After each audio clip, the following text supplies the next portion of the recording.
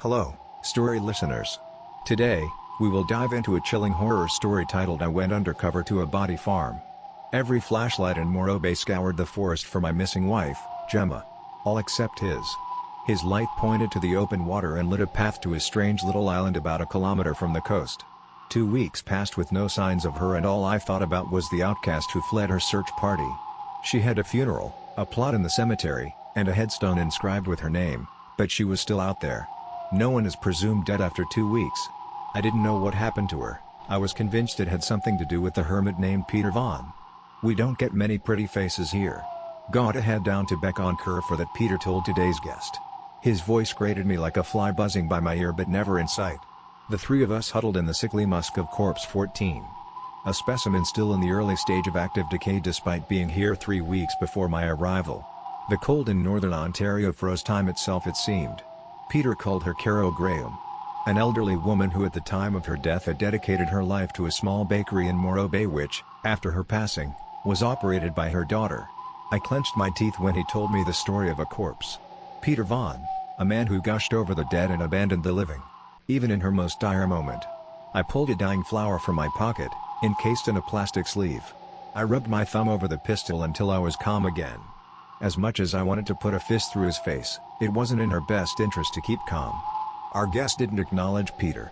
His knees quivered like a frightened child. He slipped his hand into his coat sleeve to scratch at the underbelly of his forearm. His eyes were expressionless and locked on Corpse 14. A typical, above-board body farm would exist for scientific purposes. They would be used to study the decay process and serve as a reference for law enforcement. Law enforcement never came to the island. Only two types of people paid for a look at Peter's horror show. Creeps, and creeps. Pretending to be writers. Our guest that day was the latter. She had a dog. Unfortunately, the dog got hungry before the cops got to her. Peter explained. Corpse 14 had deep gashes through the face that dug into the skull. Its face was unrecognizable, something it had in common with every other corpse I monitored on the southern side of the island. Though I was never permitted to go north of the main cabin, I was sure they were equally mangled. I had no clue how one would acquire bodies donated to science, but these would be the cheap ones a piece of shit farm like Peter could afford. A dog. The guest rattled before slowly twisting his head to meet Peter's eyes. The guy's gurgly voice turned Peter's skin paste white behind his Great Dane beard. The sight almost allowed my sympathy to crack through my disdain for the man. Almost. Well, anything else we can do for you? Peter asked. The guest locked his gaze with Peter for a few more achingly long moments before he turned and swayed southward towards the dock. His knees still wobbled with each step. What was this guy's name? Peter asked me under his breath. Jacob Highsmith, I said. I hope Jacob doesn't use a pen name. I want to avoid this weirdo's writing. Like the plague, Peter said with a grin. I reciprocated with an unconvincing chuckle while watching Jacob Highsmith step further down the southbound path. The more I watched him, the less I felt his wobbly knees resembled a frightened child.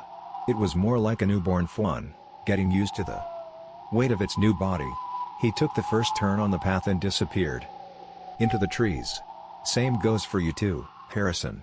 Peter added with a chummy jab of his elbow and a cigarette-toothed laugh. Harrison was my real name. I scoured the papers before my arrival on the island to make sure I wasn't named. Peter also wasn't a social butterfly, so I knew he wouldn't have heard my name around town. For the first time since I stepped foot on the disgusting island, I genuinely laughed too.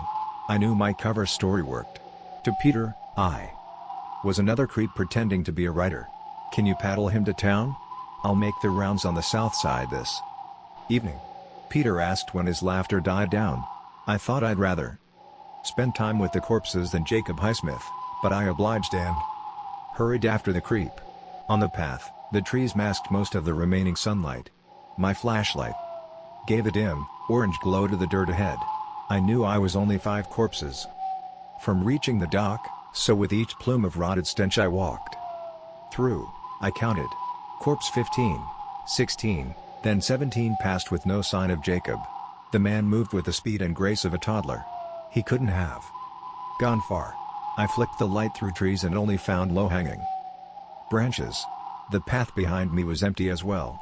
Only the wind howling through the woods accompanied me. An urge to shout out to him was immediately squashed by a sharp snap coming from the trees behind me. I pointed my flashlight where the sound originated and found nothing. I picked up the pace. My light shot side to side to catch each snap and I only moved forward when I confirmed it was a branch. Instincts pricked at my stomach to tell me I was being watched by hidden eyes. As I walked into the sharp stench of Corpse 18, I heard a whisper. It was soft and blended seamlessly into the breeze. I couldn't tell what it said, but its pattern was human and far too high-pitched to be Jacob. I froze for an instant before frantically shaking the flashlight's beam through the trees. A figure moved among the branches. With a full head of steam, I plowed through the smell of Corpse 18 and straight into the clearing of the coast. The water lapped against the muddy beach and the last sliver of sunlight was made a little brighter as it bounced off of the fishy lake and warmed my face. Jacob was nowhere to be found. I rationalized it must have been him in the woods. He must have been trying to get a rise out of me. Jacob, cut the shit, man, you gotta go, I shouted into the woods, but only silence was returned. You've got 5 minutes. If your ass isn't in the boat, you can keep it in the woods. I turned and stepped out onto the dock. Each plank of wood yelped under my weight. I kept my light down to avoid the holes that showed the water below.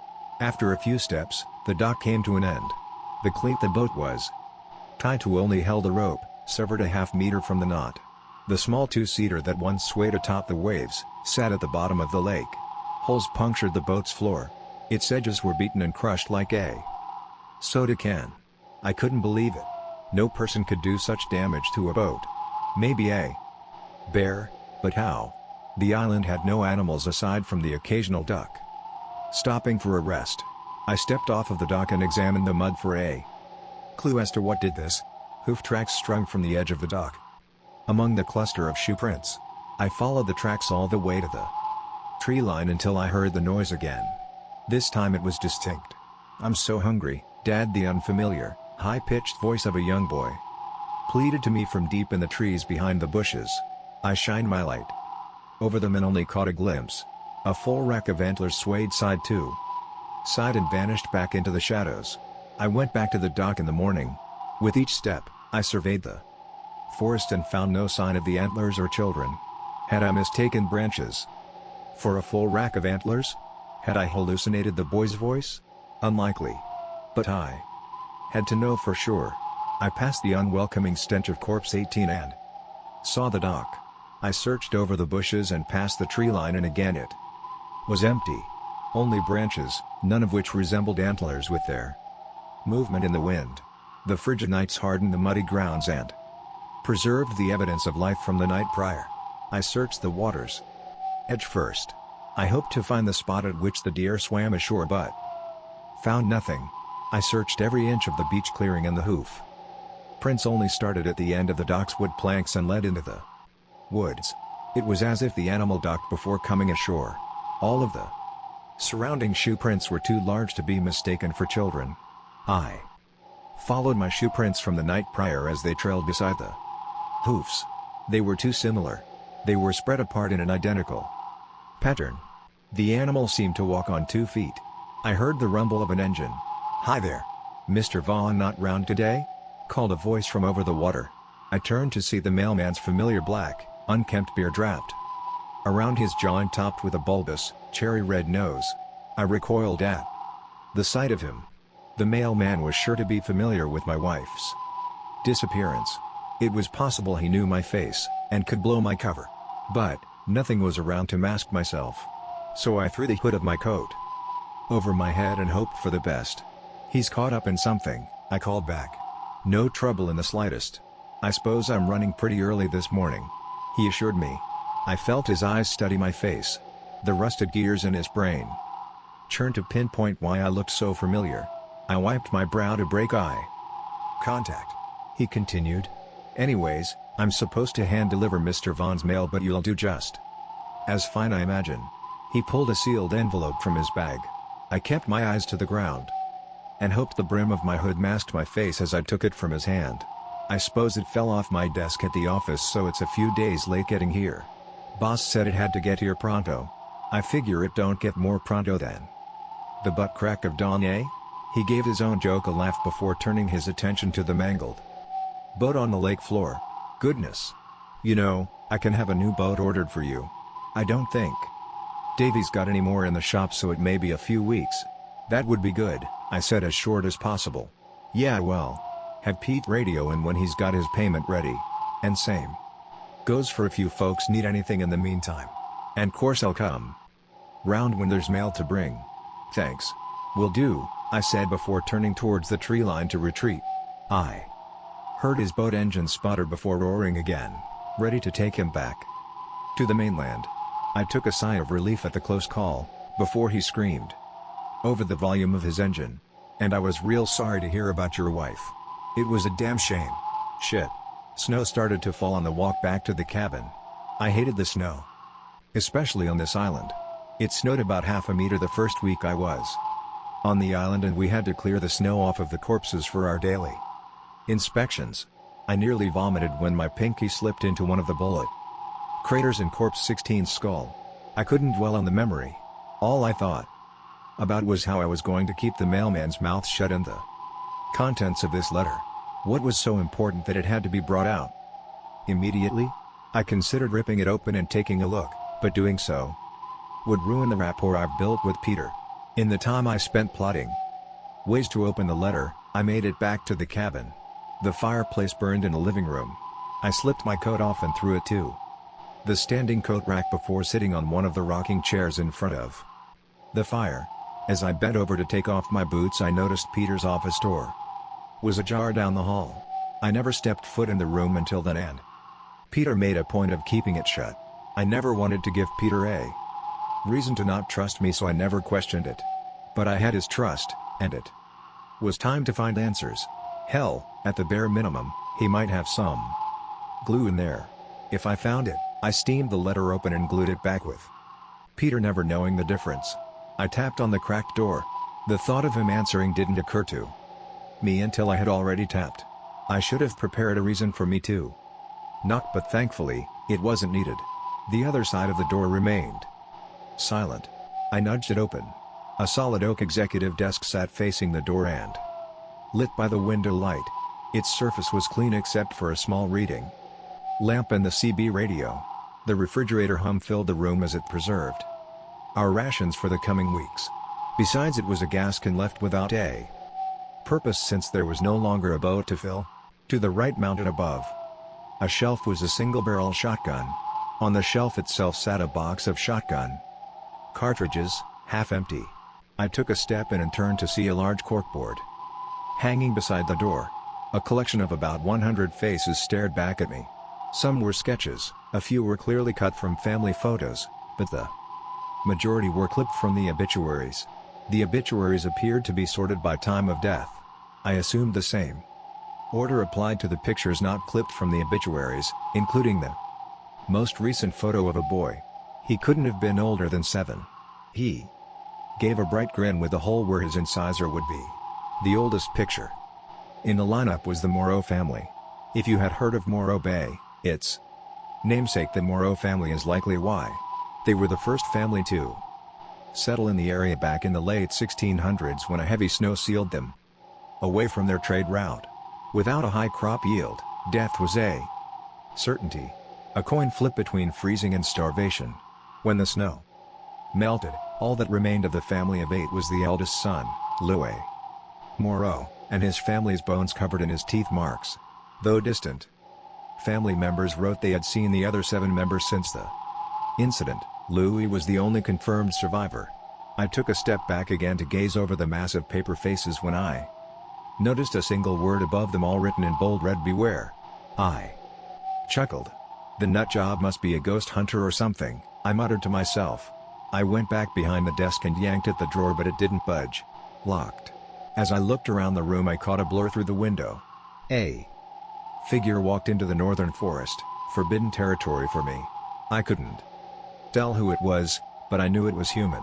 I pulled the flower from my pocket and rubbed my thumb over the pistol. I knew if Peter had secrets about Gemma, he wouldn't keep them under the same roof as someone he just met. He would keep them in the North Woods, where I wasn't allowed to go. So with every ounce of my being wanting to stay in the cabin, it was in her best interest if I went. So, I grabbed my coat and hurried after the figure before the heavy snow set in. The cold pierced straight through my coat. Each step I took down the northern path crunched my prints into the light dusting of snow. I told myself the figure would be around the next corner, but the winding path kept it hidden. I hurried my pace, but whoever I saw stayed out of sight. Their footprints kept me from questioning their existence, but it seemed I would never catch up to them. All I found were the corpses. Dark clouds rolled in and suffocated the sunlight. The snow would soon come down like a blanket and cover the tracks. I needed to catch up as quickly as possible. If the path continued to twist, it would be a shortcut through the woods. Before I met it again, the tree canopy would catch some of the falling snow. 2. I stepped into the woods and headed north. Branches of snow-capped spruce needles pricked my hands as I shoved them out of my way. The smell of evergreen trees was a far better alternative than the occasional puffs of rot along the path, but I only saw needles. A sharp snap made me jolt before noticing the crushed pine cone under my boot. I laughed it off and continued shoveling branches to my side. The snowflakes grew with each step. Their flurry filled the space between the trees. I looked all around me. Branches and snow, branches and snow. The fog from my panicked breath blurred my vision even further, adding to the suffocation. It's like the woods swallowed me whole with no hope of escaping. Branches and snow. Which way was north? Which way did I come from? I was in a deep sea of branches and snow. A sharp crack shot to my ears. I jumped and picked up my boot to look for the crushed pine cone. But it was only snow. Whatever made the sound was perfectly hidden by the woods. My lungs sucked in air rapidly and set off a smoke signal. A beacon for whatever staked behind the branches. Was it Jacob? The deer? The hungry kid? Had I gone mad? I was not going to move until I knew, even if it meant being buried alive by the quiet snowfall. I stood until my toes went numb. The more time passed with silence, the more I rationalized. It could have been a branch that snapped under the weight of the snow. The thought put me at ease again. A crunch of snow beneath a heavy step snapped panic through my body. I sprinted through the branches as fast as I could as they smacked against my cold, numb face. They broke as their thin arms tried to hold me back. Stomps and snaps were just behind me. It ran so close I heard it breathe. An echo of my own, but raspy and guttural. The sweet smell of rot hit me. The path was close. I didn't care how close it was or if I planted my foot through the corpse's liquefied guts. I needed out of those woods. It stomped at my heels. I felt its breath on the back of my neck. When I felt I was a razor's edge from its grasp, the woods released me. I fell into the open space facing the wound I opened into the tree line. I scrambled backward to ensure I was safely out of reach. Not a single branch moved. The woods were completely silent, like nothing happened. I took a moment to ease my panic before orienting myself. The scent of rot was still strong and the snow wasn't deep enough to bury the corpses entirely, but there wasn't a body in sight. I looked around and realized I wasn't on the path at all. It was a circular clearing with a small structure at the center. A shed with a red, rusted door. The aged hasp drilled into the door waved in the wind. The padlock, whose job it was to keep the door closed, was missing. I took a curious step toward the building. The pop of the door seal sent me into another panic. I rushed behind the foliage before the shrill squeal of door hinges revealed Peter. I strained my eyes to focus through the snow flurry. His body shielded the contents of the shed before sending it into darkness with the flick of a light switch. He shoved the door shut behind him. He pulled a padlock from his pocket and locked the door before turning and heading on the path to the cabin. The deathly odor was overwhelming. My eyes watered in the pungent stench. I must have been standing right on top of the putrid husk. I vomited. My puddle of bile spattered in the snow at the edge of the forest. It landed in a perfect divot in the snow. I looked at the strange divot closer. It was the perfect shape of a body, posed with its feet together and arms at its side like all the others. I saw where the shoulders would meet the neck, and the round imprint of its head at the top. "The dog lies." A gurgly, deep voice lisped in a hushed tone directly into my ear, and I flung myself from the woods. I turned to see the source of the words, and my heart banged against my ribs. Hidden in the shadows of the tree branches and a flurry of snow was a man. The dim light showed the edge of his sunken cheek. He swayed ever so slightly in the dark before turning away to allow the light to shine on the pulpy remains of his face. Such a grisly, mutilated mess of flesh and skull could only be left by a shotgun blast. The run back to the cabin was grueling. I stuck strictly to the path and sprinted until my lungs ached. Mercifully, I made it to the cabin. I stomped the snow off of my boots at the entry door and hurried to the window to make sure the corpse hadn't followed me. "Fire's warm." I jumped at the voice. The image of the man's crater of a face was seared into my head. It was Peter, who creaked back and forth in his rocking chair. He gestured to the identical one beside him. Between the boat, the whispers, and the talking body, I didn't know what to tell him, or if I should at all. I wanted to slink back to my room and not mention a word to him before I dug up more information, but I couldn't deny the fire did look warm. I took a seat in the rocking chair, removed my boots, and extended my feet as close to the flame as possible as I soaked in the smell of charred logs. I was making my rounds this evening, and I usually know where everyone is. I couldn't find old Whittington though. "He's the last fellow on my walk," Peter said plainly. "Crater face." I gave a performative I hoped was convincing, but if he saw my eyes widen, I would be caught. My mind bounced around the possibilities. If I told him what I saw, would he forgive me for being on the northern side of the island? Would he think the cabin fever got me and send me home with no answers to Gemma's disappearance? Had I seen something he wanted to be kept secret? I stayed quiet. I pulled the flower from my pocket to calm the barbed wire that constricted my gut but kept it at my hips so he wouldn't notice. "What you got there?" he asked. "It's a..." I stalled for a lie to come in the silence. The flower still had specks of hopeful purple. They shined from the decay surrounding them. I wasn't able to lie, not about her. It was my wife's. It was the last flower I hadn't picked for her. God, she loved that garden. She could make a cactus grow on ice if she wanted. I always caught her on her knees out in the backyard digging in the dirt. When she was done, she'd come in the house and have dirt packed under her nails because she didn't wear gloves, said they made her clumsy. This was the second time I smiled on the island. I took a glance at Peter and he had a smile hidden under his wiry beard. "What do you miss about her? You know, when you're here?" Peter asked. I didn't answer though. I was focused on the flower I suffocated in a plastic sleeve. It was such a vibrant purple when I cut it. Now the dots of purple were fleeting. Peter pulled his wallet from his back pocket and opened it to a picture. I squinted to see the picture in detail and I was sure it was familiar, but I couldn't make it out. "I lost my boy a while back. I remember one day he ran in the house. And he couldn't have been more than 6 at the time. But he comes running in and he says, 'Dad, I'm so sorry. Dad, I don't know what happened.'" He gave a half-hearted chuckle. Seems silly thinking about him so worked up now, but what he did was he'd sent a baseball straight through the garage window. He had this face, though. Like the world was about to end. Like he'd caused so much trouble, hell would open up and take him whole. It sounds stupid, but that's what I miss. He stared at the small picture in his wallet before continuing. I only made out a familiar toothless grin on the boy. That's when it clicked. It was the same boy that ended his wall of faces. If I could just see that face again and really know it's him, you know? Then he would say, "Dad." He sniffed. He'd say, "Dad, sorry. Sorry I've been gone for so long." And I'd just say, "It's all right, you know?" And it would be. He sniffed again and remained silent. I tucked the flower back into my pocket. I was frozen. I racked my mind for the perfect phrase. A meaningful string of words to ease his burden.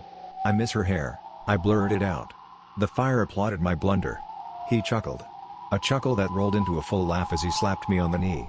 I started to laugh too. Peter sighed before he continued. "Hey, I'm going to radio the post office. Must have missed the mailman today," he said. I felt the barbed wire tighten again. If he got through to the mailman, he would out me for sure.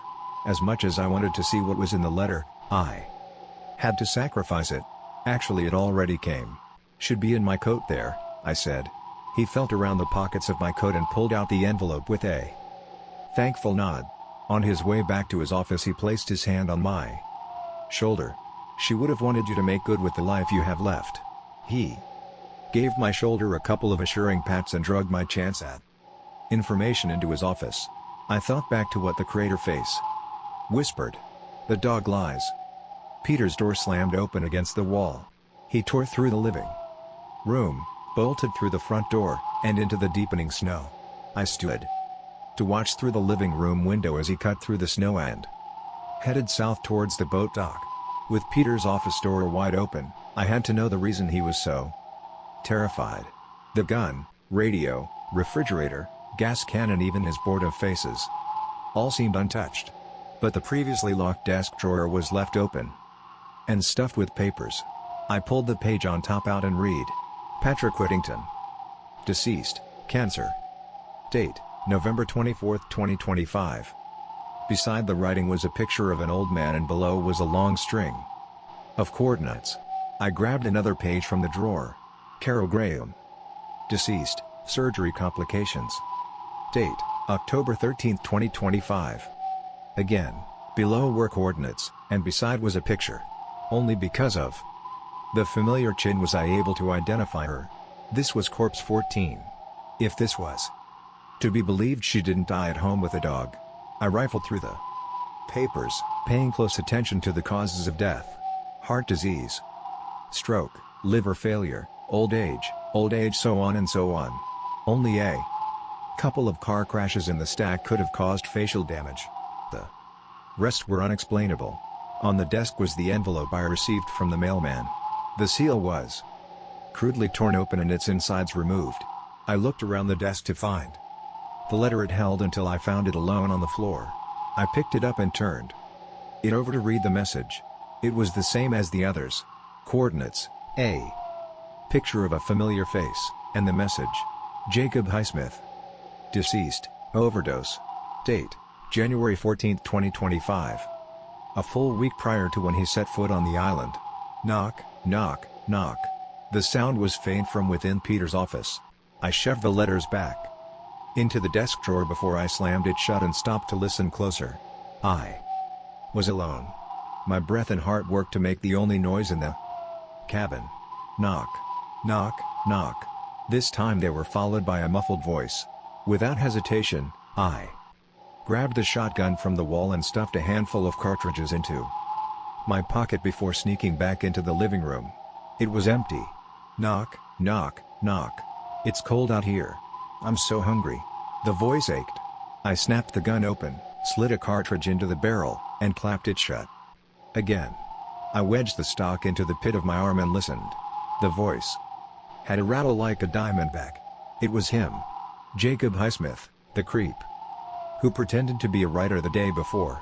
A man who, according to the letter, was dead. Yet, he stood on the other side of the door. Knock, knock, knock. "It's cold out here. I'm so hungry." He pleaded again. It sounded the exact same way, like he replayed a recording. I raised the barrel to the solid wood door between us as quietly as possible. My heart pounded at my ribs. As I waited for the wood door to splinter at the lock and swing open, I put my finger on the trigger. I assured myself I was ready to pull it if need be. Though I didn't believe it. I pleaded again and again in my mind to hear his feet go down the steps and back to the woods, but he rattled instead. "I hear your breath."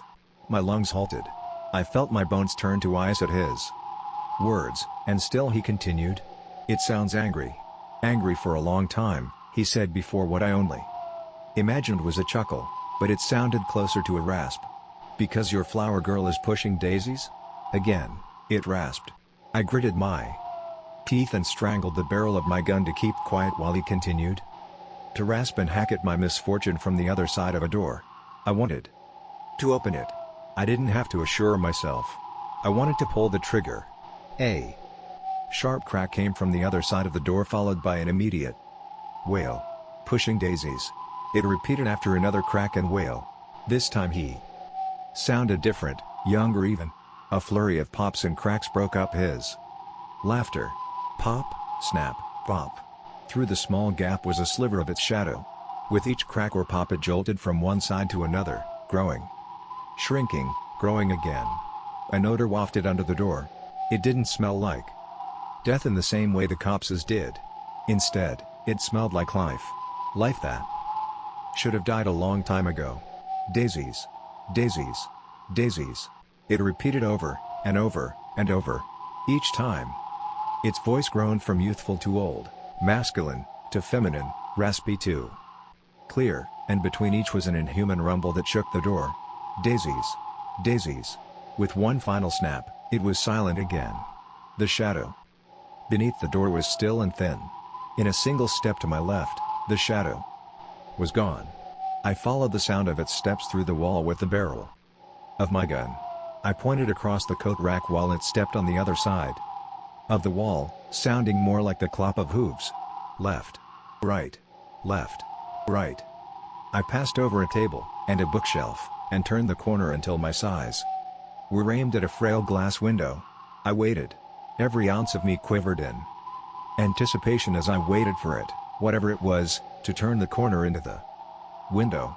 All I needed was a clear shot. Fuck. Come on, I whispered to myself to keep any semblance of composure. From the top of the window frame, descended an antler. Crash. A bony, tar-black fist bursted through the window, sending splinters of glass across the room. I covered my eyes and bolted for the door. Without turning back, I plowed through the snow as fast as I was able, southward. Snow completely blanketed the corpses, but I took no caution as I sprinted. If my foot caved through the ribcage of a dead man, so be it. As long as I put as much distance between me and whatever beast broke into the cabin. It felt like icicles formed in my lungs by the time the path ended, and I was spit out at the dock. At the tip of the dock stood Peter with his head down. He turned to me. "What's your name?" Peter asked. The question was so unimportant I wanted to explode, but I had to let my lungs thaw before answering. "You know what my name is." "Now what the hell was?" "I need you to tell me," he demanded. "Harrison, all right?" "Fucking Harrison Barr. Now can we talk about in the cabin, what did you say your wife did?" He asked to cut me off once more. My patience shriveled. "Gardening," I snarled. Peter paused for a moment before he nodded in approval of my answers. "And what do you do?" Peter asked. "I write. At least that's what I was supposed to say, but I couldn't tell the lie. Can we be done with the dumb fucking questions? Because what the fuck was that thing at the cabin?" I demanded. Peter thought before admitting he didn't know. He said he watched it for a while. He told me the beast was as old as the town, the Moreau incident. It ate not for nourishment, but for skin. He said though it had the strength to uproot a tree, it often didn't risk damaging its target. If it had to wear the victim's scars do, it would be a less convincing deception to their loved ones. I stretched only a handful of meters from the dock before turning to a moat of cold, stinging water. Snowflakes rushed from the sky like bricks to build the walls higher. The island became a dungeon without bars, and within it were two prisoners and a predator. Still, one question ate at me. "Do you know that happened to her?" Peter struggled to let a word through his mouth. I don't," he sighed before brushing the corner of his eye with his thumb. I saw his lips turn blue. His shoulders shivered beneath his suspenders. Suspenders that ran down over his potbelly, shielded from the cold by a thin long john shirt. His gray pants were wet almost up to his knees. Seeing him reminded me how cold it was, and in our rush out of the cabin we were unprepared and likely to freeze solid soon. I hoped all that was left in the cabin was the fire, our only chance at survival if we hurried. I opened my mouth to suggest we hurry back, but another voice filled the air. A small, shaky voice from behind the tree line. "Daddy, I'm so hungry." Out stepped a boy. The same boy at the end of Peter's wall of faces. The same boy whose picture he kept in his wallet with. The same voice I heard the first time I saw the antlers. I saw tears swell in Peter's eyes before he pinched them away with a squint and shaking his head rapidly. He whispered to himself while keeping his eyes closed. "It's not him. It's not him. We have to kill it," I said before raising my sights on the boy. I don't know if I could have pulled the trigger with a child on the other end of the gun. But I didn't get the chance. "No," Peter shouted before throwing himself between the kid and me. "Not while it's him. Please." He begged with eyes as wide as lakes. It was a clear shot I needed, but I nodded and eased the gun barrel to the snow. "You'll be hungry too," the boy said as he stared deep into my being. His expression was empty, as if he stated a well-known fact. He turned and vanished back into the trees. Peter and I hurried back. We drug our feet through the ever-rising snow. Our bodies stiff from the element didn't allow us to hurry. We anticipated the beast ambushing us through the trees at any second, but it didn't. When we made it to the cabin, I entered with my gun drawn. The fire still warmed the room beneath the mantel. Its heat fought a battle against the cold rushing in from the shattered window. The living room was left unchanged except for the coating of glass shards scattered on the floor. I continued my sweep of the cabin into Peter's office. Scattered on his office floor were the remnants of a pulverized radio and a mess of empty ration cans trailing from the open refrigerator. I stopped counting the days 2 weeks after the remnants of our food were taken. Shouts, gunshots, and smoke signals were all wasted as the town never acknowledged them as calls for help. Though Morro Bay was on the lake's edge, it felt like the other side of the world. Peter and I took turns looking for food. We would be lucky to find a goldeneye resting its wings or a trout swimming close enough to take a shot. We were luckier if we hit one. Even when we had food for dinner, it wasn't enough to extinguish the hunger. Our duty to monitor the corpses was abandoned within a couple of days, especially when they started to disappear. When we left the cabin, whether for food or Peter's evening walks to the dock for a mailman who never showed, we felt the beast's eyes. I caught glimpses of it between the white-capped branches. Sometimes it was a cyclops, with a beady eye made of the background and a face-consuming socket of busted flesh and bone. Other times it was a head full of deep red smirks that sliced the natural face away. It hadn't made contact with us since it was Peter's son at the dock. All it did was watch. We spent time in the cabin speculating on what its plan was. Was it studying human behavior to better replicate?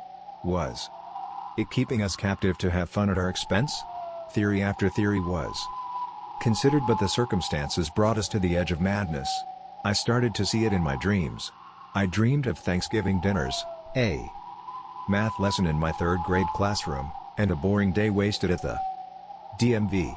Beyond the stuffed turkey at the head of the table sat a man with a gun blast instead of a face. At the doorway of my classroom was a disembodied antler and a skeletal hand with shrink-wrapped black skin waving at me. When my number was called at the DMV, I walked to the desk to find the boy chanting, "You'll be hungry too. You'll be hungry too." Mercifully, I stopped dreaming after a few days. The only other mercy was when I discovered a deck of cards collecting dust behind a copy of The Road on the bookshelf. The cards were arranged on the kitchen table for our nightly game of war. One of the only games Peter remembered. The window spit icy wind on the back of my neck through the crude, barricade lips I nailed to it. The fire gnawed at its wooden food in the fireplace. My winnings laid face up and paled in comparison to Peter's. His potbelly was deflated. His clavicles gave a pronounced hump to his off-white long john shirt. The tendons in his neck were lift lines that vanished behind his curtained beard. Still, he smiled through our game. He didn't get to play games with people while alone on the island. He slapped down a jack of clubs. The club was like a bramble of ripe blackberries. The smell of crackling wood vanished behind the delectable scent of mashed berry as I ground it into a jam before spreading it on a crisp slice of toast. "Good luck with that one, Harry," Peter said. I was ripped from my daydream. Only Gemma ever called me Harry, but I started to let it slide. I played a jack of hearts, though I saw a plump strawberry. I imagined it dipped into a rich Dark chocolate fountain.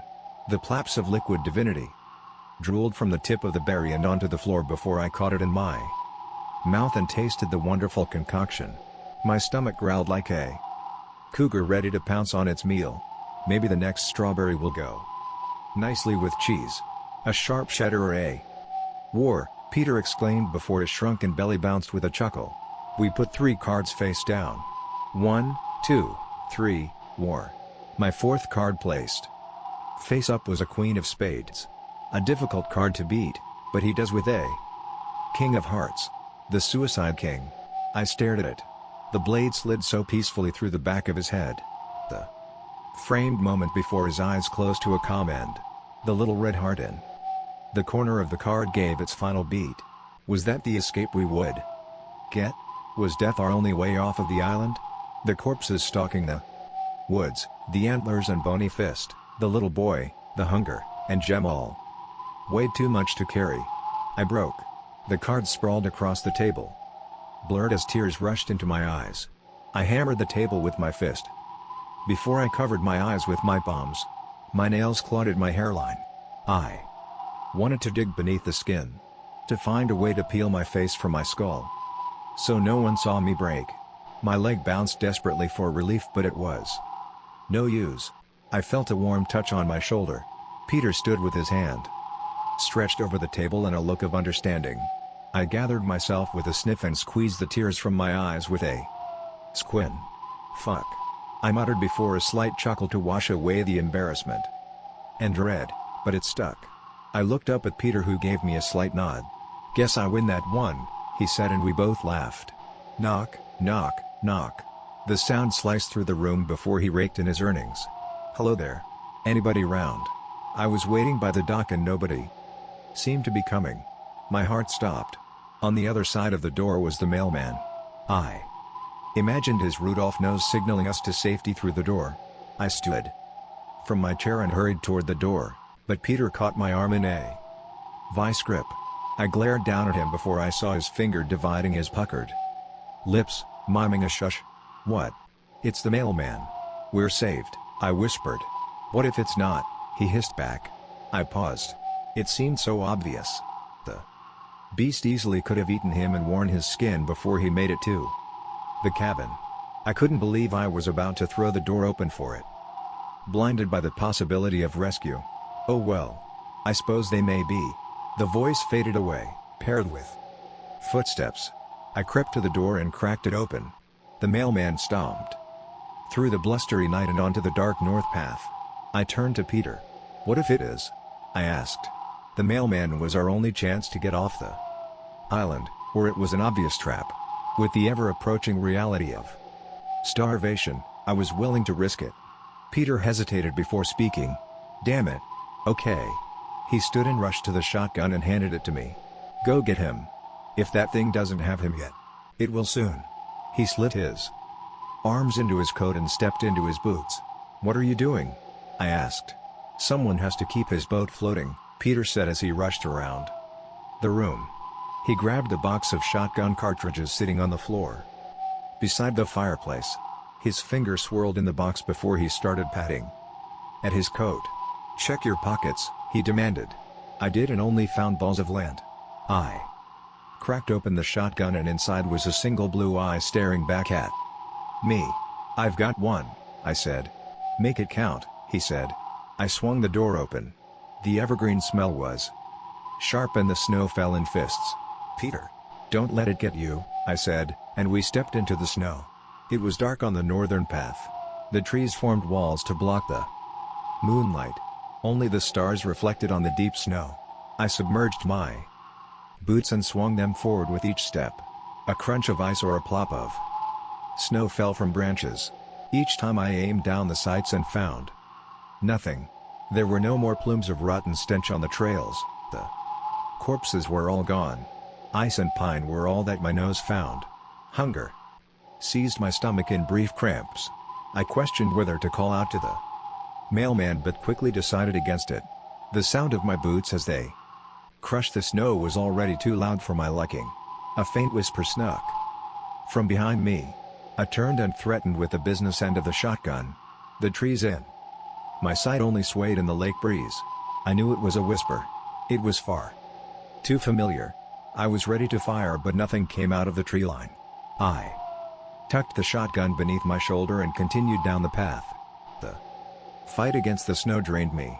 My stomach snarled and shriveled inside me. Brief cramps turned into long pains. I nearly folded into the snow. I had to stop to catch my breath and only moved once I felt my toes begin to freeze in place. Another whisper. I turned again with my finger on the trigger, ready to pull. My sights were locked onto the exact branch I thought the whisper came from. I stood there until I felt the white ground slowly wrap its jaws around my ankles. Snow piled on the back of my neck, but I didn't move. I was prepared to be buried alive until I considered I may be mistaken. My hunger and exhaustion could have caused my mind to play a sick joke. The wind could have passed over a twig at the right angle to mimic the whisper. The thoughts were comforting until the branch moved. I sprinted through the northern path. When I tripped, I swam through the snow until I regained my footing and ran again. The winter air stung my lungs. My legs were depleted of energy, but still I churned them through the snow. In my mind, it was right behind me. The panic in my gut told me it could have reached at any moment and sunk its bony fingers into my throat. The further I ran down the path, the tighter the tree walls seemed. It felt like I was going to be compacted by the woods until the trees fanned out in an instant and I was in a clearing. At the center of the circular clearing was the shed. On top of its roof, it wore a plump, white cap, its mouth left wide open with a drool of light running over the ground. In its puddle laid the red, rusted door. It was ripped from its hinges and dented like tin foil. I thought of the boat's corpse and how it sank helplessly at the foot of the dock with damage I had never seen before. A snap sliced through the trees behind me. I tried to turn, but my starved body failed me and I collapsed, though I couldn't see it through the wooded shadows. Its eyes were locked on me. I felt like the prick of a needle. With the woods all around me, my only escape from its eyes was within the walls of the shed. I stumbled to my feet and shuffled backward to the shed without turning my back to the invisible beast. I retched when I entered the shed. If there were food in my stomach, it would have been spit to the dirt. The hunger pains that stabbed at my stomach were overpowered by the dense mass of stench that filled the tiny building. It was so pungent my eyes began to water.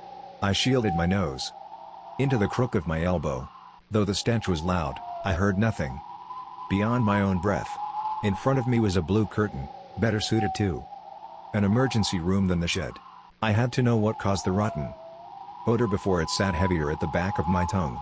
I pulled the curtain open. My arm dropped from my nose to one side and the shotgun fell to the other. I didn't look at her for long, but I saw enough. Her right femur poked through her shriveled, soured thigh. Her beautiful ring was limp at the base of her thin finger.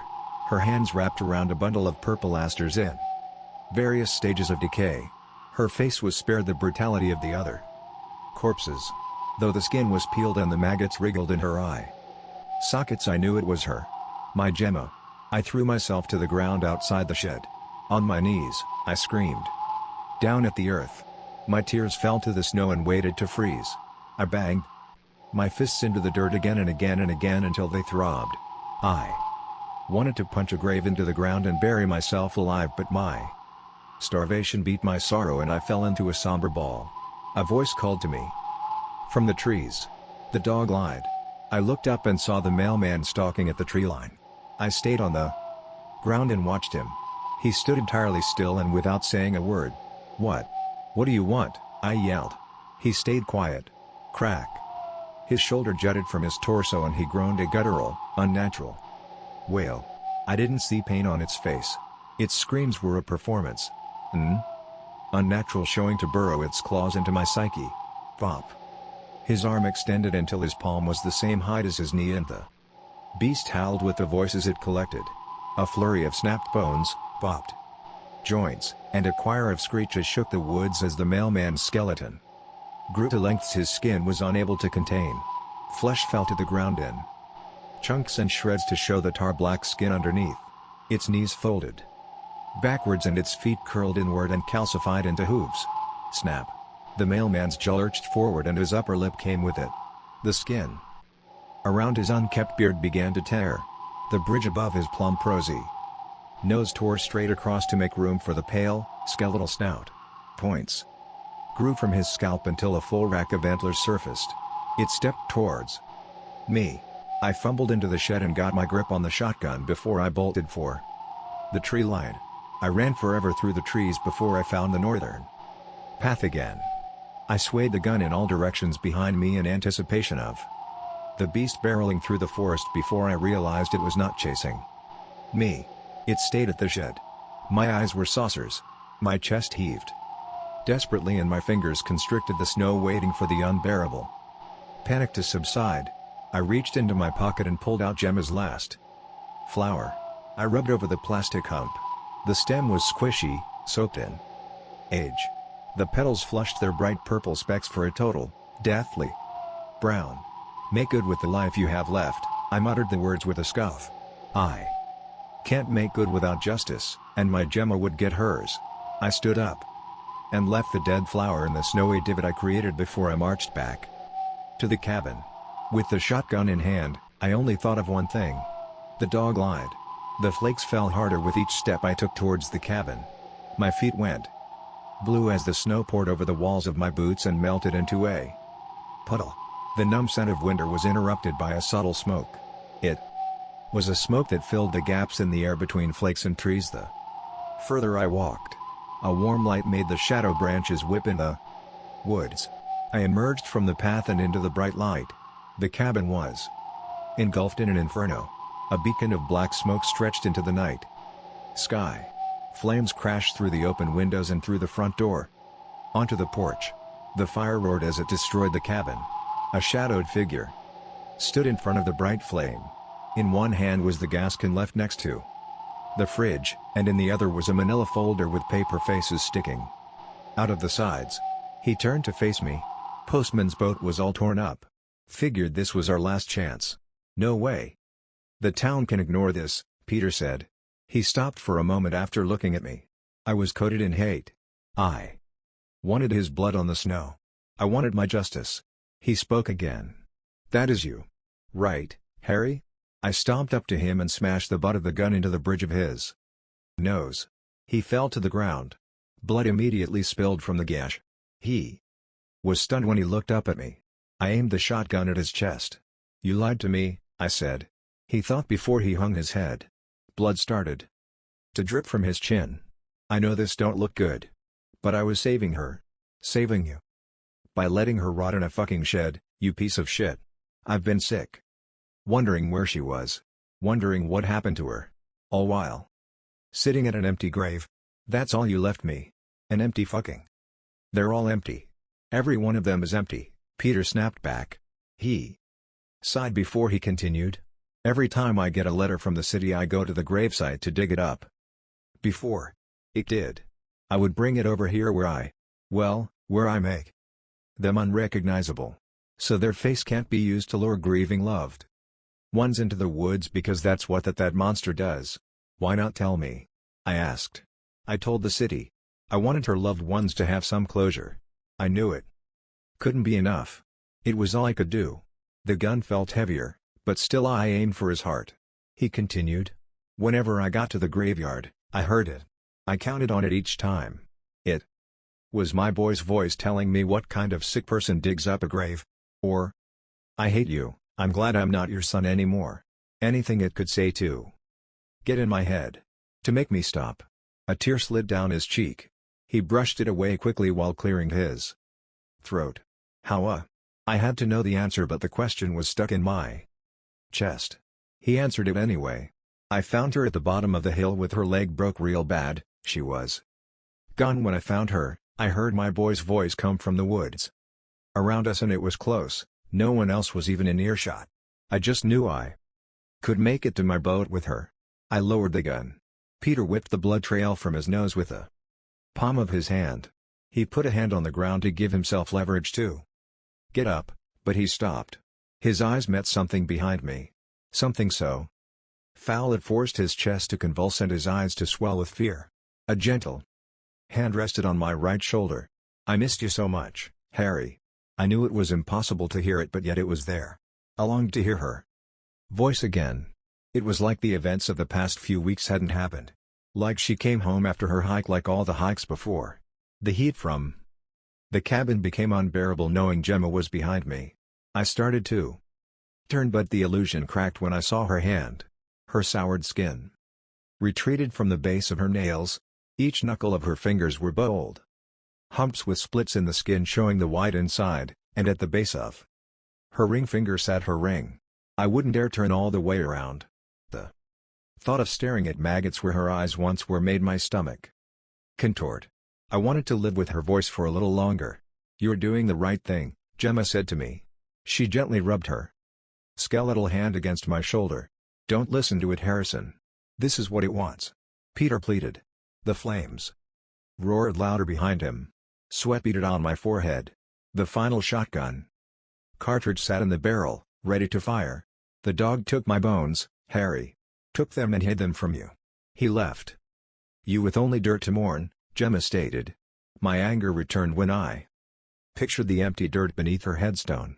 I took aim again, this time for Peter's head. The trigger felt flimsy against my finger. Justice was a finger press away. Peter desperately shook his head as he pleaded with me to put the gun down. Sirens wailed in the distance. "It's them, Harrison. We can make it out of here, they saw the smoke," Peter said. I heard a guttural growl from behind me. "You must be so hungry, Harry," Gemma said. Her words flushed the adrenaline from my body and all of my attention was back on my stomach. I wasn't hungry. I was starving. "Put down the dog, then it is just meat. It would cook so well in the fire," it said in Gemma's voice. It hit me. Peter's wall of faces that dated back to the Moro cannibal incident. It took our rations from the cabin. It kept us hungry and tried to drive us mad with the corpse stalking us in the woods. It never wanted to kill us. It wanted us to eat each other. It wanted to replicate. The sirens sounded distant. Peter had a look of acceptance. As if he knew. They were too late. Peter spoke. "I knew who you were when you came here, Harrison. I was so alone after my boy passed. I just wanted to help you. I know what I did seems awful bad. I still want to help. If that means killing me, then so be it. I got nothing to live for. Just please aim for my face. I can't let it take me like it took my boy. Harry, please. He took me from you," Gemma pleaded. She sounded so helpless, my Gemma. I pulled the trigger. Bang. I couldn't hear the sirens anymore.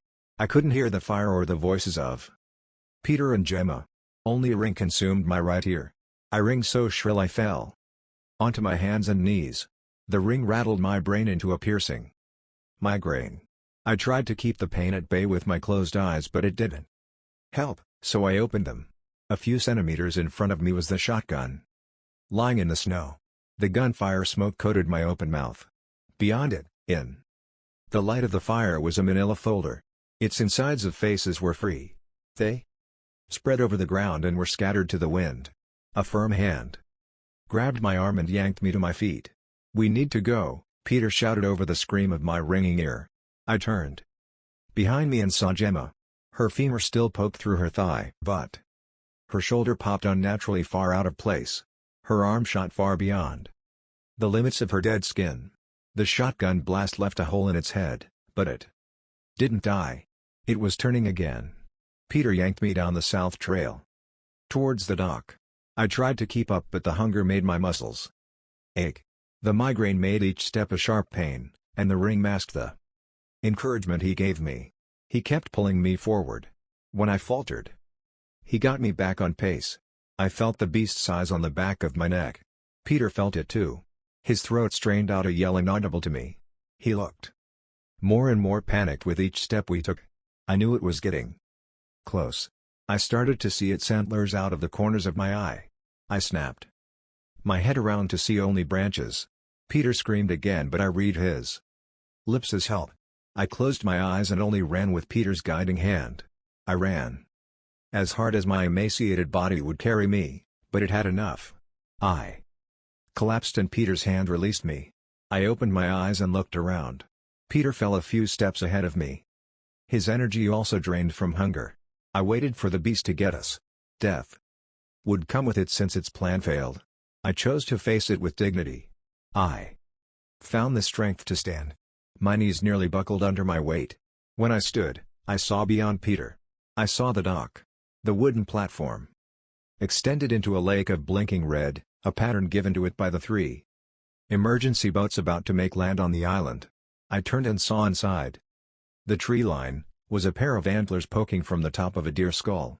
It watched me with its hollow, black eyes before turning and retreating into the woods. The year after we escaped the island, I made a point to keep up with Gemma's garden. I wasn't a natural by any means, but I was able to get the purple asters to bloom. Some mornings I would sit on the back porch with a cup of coffee to warm my palms and watch them. I never fully regained my hearing, but I imagined the chickadees singing. Sometimes I imagined seeing her on her knees in the garden.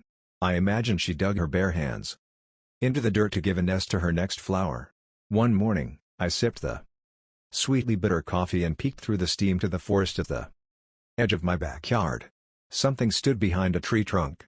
I squinted to get a better look at it. I didn't have to imagine that morning, it was her. But as she stepped into the morning light, I saw the specks wriggle where her eyes used to be.